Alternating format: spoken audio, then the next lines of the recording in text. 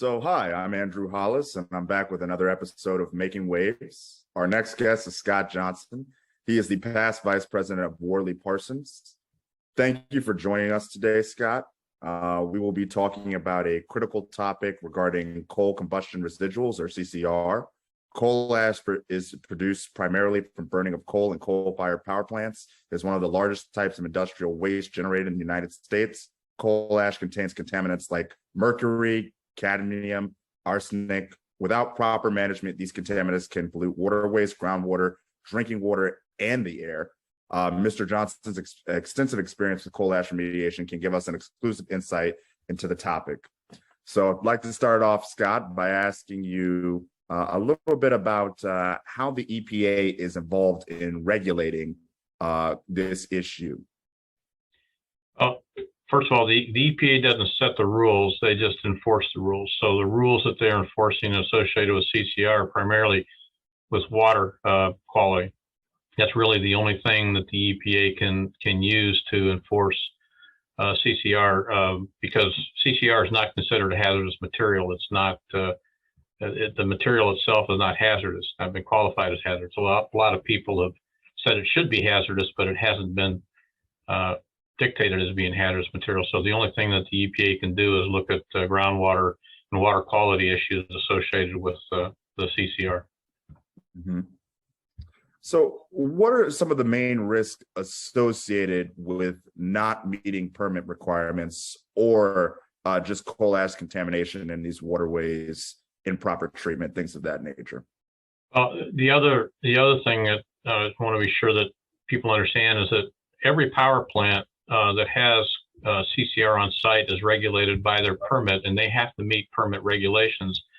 And any place where a CCR impoundment is that has the potential of impacting groundwater, they all comply with the current rules and regulations in terms of what they're required to do in order to have their operating permit. And primarily what they have to do is have to monitor the groundwater around the CCR impoundments. And as long as the groundwater doesn't have the contamination that you're talking about, the mercury, the lead, the arsenics, they monitor for those things. As long as they don't have any issues, they're in compliance. And according to their permit, they're in compliance. So every utility is held to a compliance issue. But the risks associated with CCR is that it's a lot of CCR sitting in the ground, and if water can access that CCR, the water flows through the CCR, and then it can pick up those contaminants, and then they call it leach. It leaches out of the ash, and then that goes into the groundwater, and that's really what we're talking about, the contamination that we're talking about in terms of groundwater. So it's really the associated, the fact that you have a whole bunch of CCR stored in the ground, and if water can get to it, and that water can escape the impoundment and get into the groundwater, that's where contamination occurs. Got you. And I'm sure that you've been at least following some of the beneficial reuse projects that have been done by private energy utilities. So if you could just elaborate more on how the future use of coal for these beneficial reuse projects and what you used to see as you worked for Worley Parsons. Well, most of my work in coal was preceded Worley Parsons, but that's a different story. But the coal beneficial use of CCR has been going on for decades.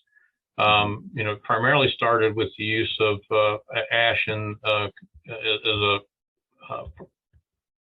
the production of cement. I mean, fly ash is used in the production of cement and concrete, has been used for a long time. Bottom ash has been used as road base and agricultural mix. So most utilities have gone from storing most of their CCR to actually selling most of their CCR, a large portion of their CCR for beneficial use. So beneficial use has been going on for a long time.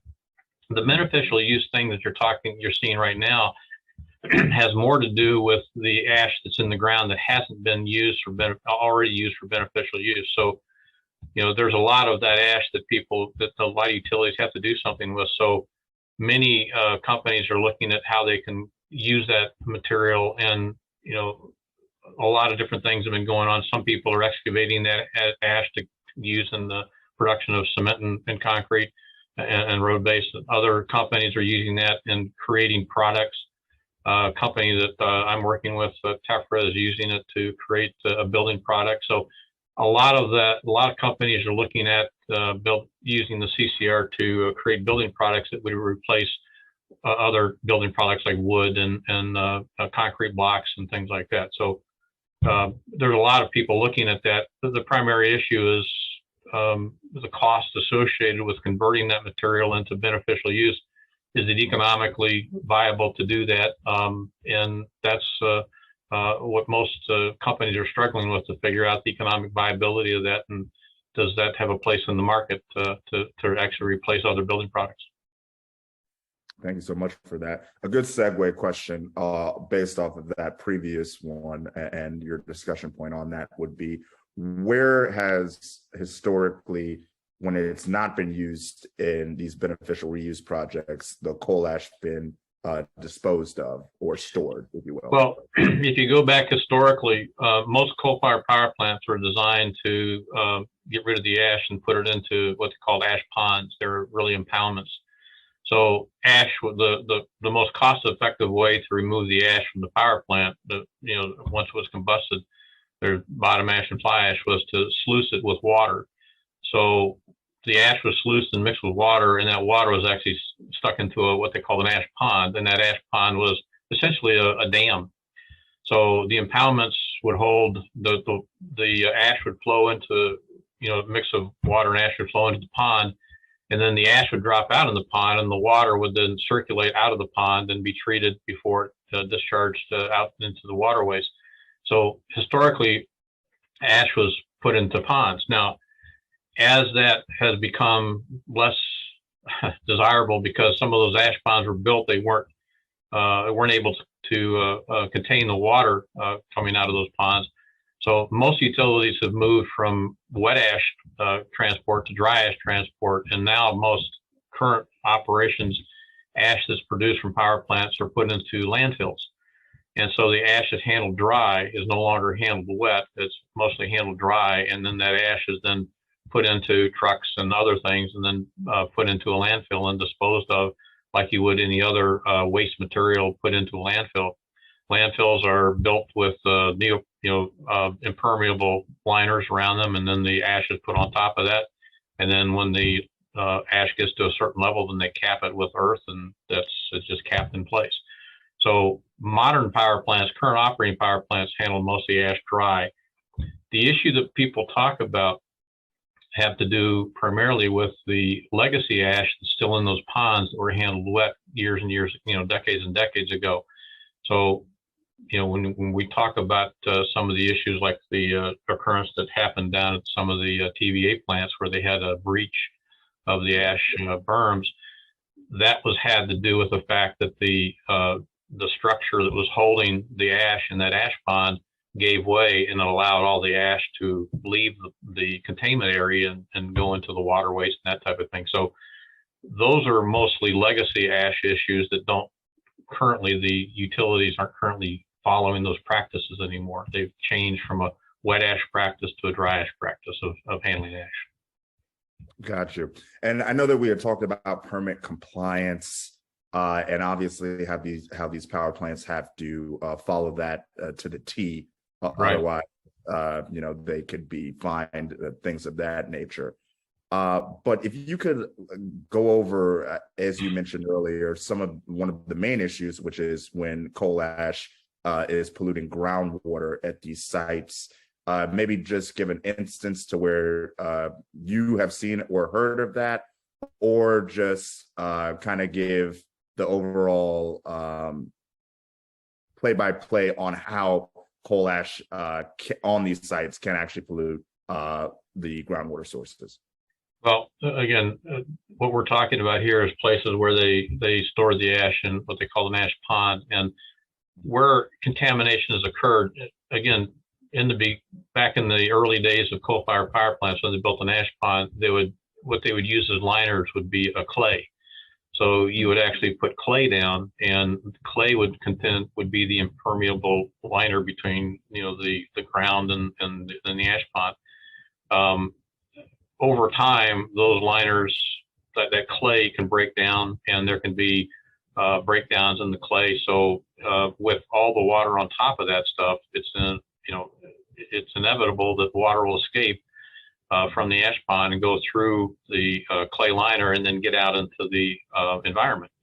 So where that occurs is where water has escaped from those ponds and got through the liners and then got into the waterway, the groundwater surrounding the ash pond. Now, we're not talking about a huge amount of water, because we're talking about water that's actually going through the ground.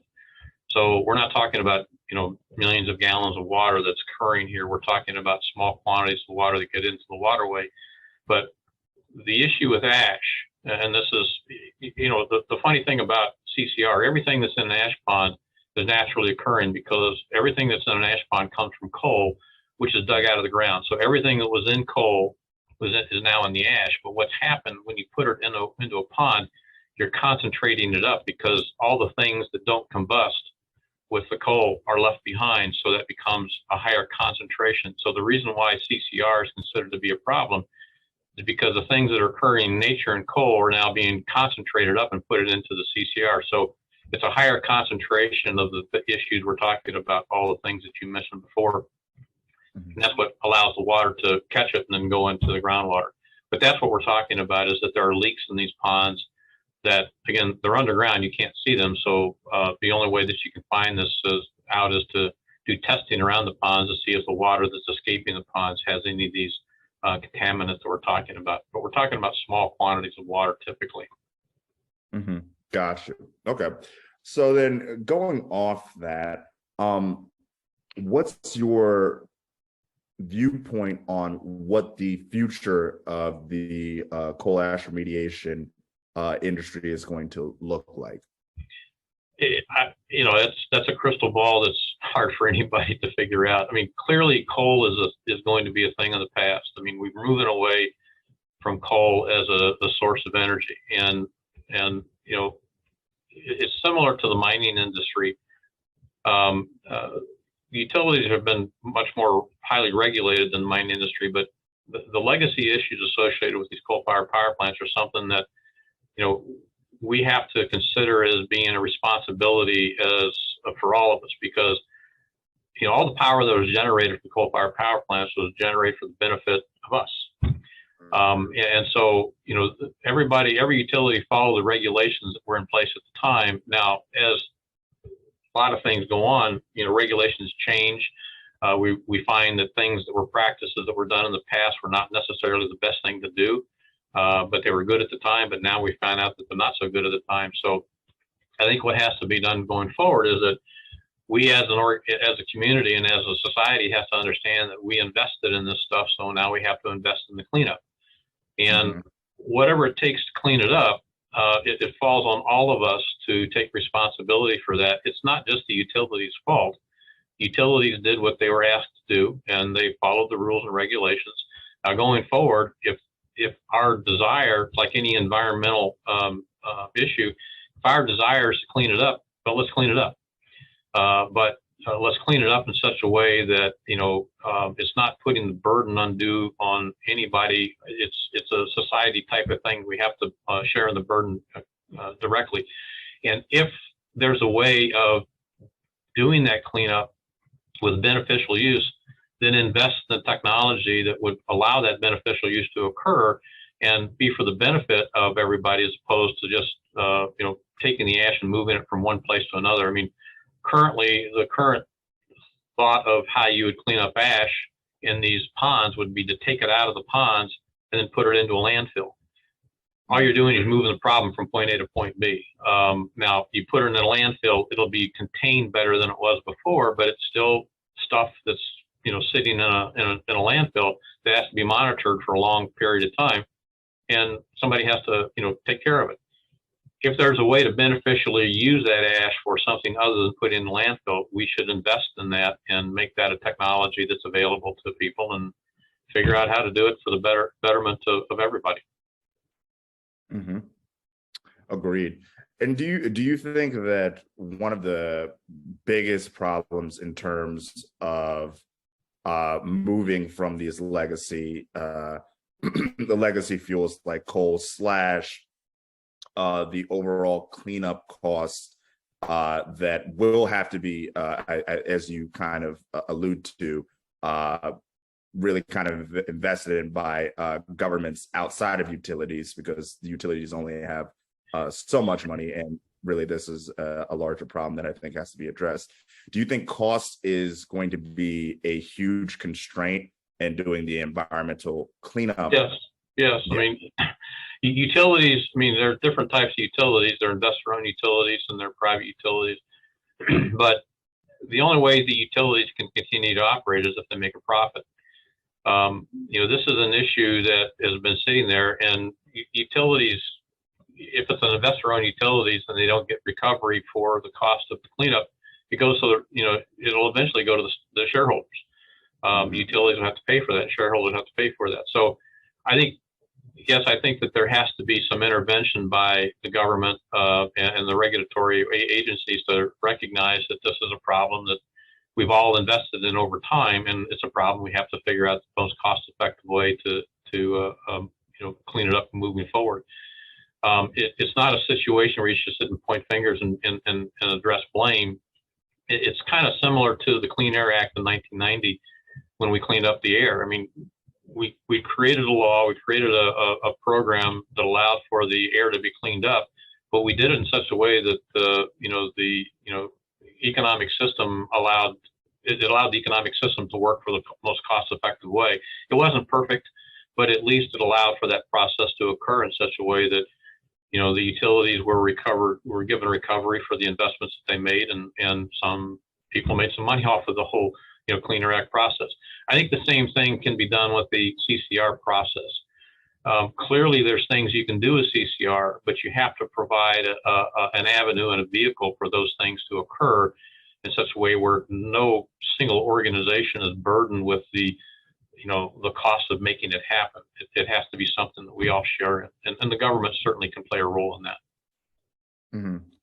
And what's your opinion, Scott, on I'm sure you've heard of the term environmental justice, which goes on to basically play on equity results for all communities regarding health practices, and especially due to some of these coal power plants being built near minority communities, and the problems that kind of arise from air pollution to overall health effects. Right. So do you feel like most of the legacy coal power plants have been placed near historically areas that are minority communities, and that do you believe that the health effects or some of the burden of these energy sources might be disproportionately affecting minorities? It's a difficult question to answer. I mean, my experience, I've been to a lot of coal-fired power plants. Most coal-fired power plants are in rural areas. I mean, there are certainly coal-fired power plants in cities, and they're close proximity to cities. So they're not exclusively in rural areas, but for the most part, coal-fired power plants have been located in locations where the coal they get access to coal. Typically, you don't see a lot of coal coming into cities. So I would say that the majority of coal-fired power plants are in rural areas, but for the same reason that you're talking about environmental justice, it applies there too. The people in those rural areas need a voice like everybody else. And I think that the issues associated with groundwater contamination are more impacted by those folks, because again, if you're in an area where the water comes to you in a pipe and it's treated through a central system and that type of thing, your water is going to be fairly taken care of because it's being treated centrally. If you're in an area where you're dependent on wells, and the water that comes out of wells is what you're living on and what you're doing, that's the area where there needs to be some environmental justice and a voice given to all those people that are impacted, because they don't have an ability, they don't have an option. there is only one option for the water that they get, and that's what comes out of the ground. So if there are any power plants associated with contamination of groundwater where people in that area are dependent on the groundwater for the water they drink and bathe and everything else they do, they definitely need to have a voice to make sure that they're taken care of. Mm-hmm. And the other part about that is that typically it's those folks, the people in those areas are in a very small group. It's not a lot of people that are impacted, but they need a big voice to make sure that they're taken care of, whoever they are, wherever they are. So in your opinion, how do you think government regulators like the EPA can be more of a helpful voice in the conversation as we transition, rather than hurtful to the overall process of transitioning? Well, that's about a triple-edged blade. Again, the EPA can't do anything other than enforce the law. Now, what the EPA does, if the rules are dictated by Congress and by law, the EPA can interpret those rules. And again, part of the issue associated with the EPA that has made it so litigious in terms of, actions by the EPA being litigated against has to do more with the interpretation that the EPA has done. And the EPA's interpretation varies by the administration that's in charge at that particular time. So if you go back to the Obama time, they had an interpretation of the rules that were primarily, very heavily involved in renewable energy and, against the fossil energy. And then our buddy Trump came in and, it flipped around. So the EPA can interpret things depending on the whims of the administration. I think the best thing that can happen is that the EPA there needs to be a set of rules that the EPA says that we're going to clean it up. And I don't know if this is even possible, but in such a way that there can't be any interpretation. The rules are rules. And, the issue is it's got to be cleaned up and it's going to be paid for by XYZ. There's a process involved in terms of how it's going to be taken care of. And it's going to be taken care of to a point where it's uniform. Part of the other issue with utility business is that it's a very non-uniform business in terms of how the rules are implemented state by state, area by area type of thing. So one area can have a regulation that allows them to do this, where in another area they're not allowed to do it. So the other issue that I think has got to be enforced here is that there has to be uniformity in the process of whatever we decide is the best way to do it on a uniform basis and make sure that everybody does the same thing everywhere. Got you. Well, thank you so much, Scott, for joining us on this episode of Making Waves. It was a pleasure to host you, and look forward to the next time we can connect and get to talk more about the subject. I hope I've been helpful, and anytime I'd be happy to participate anytime you ask. Thank you so much.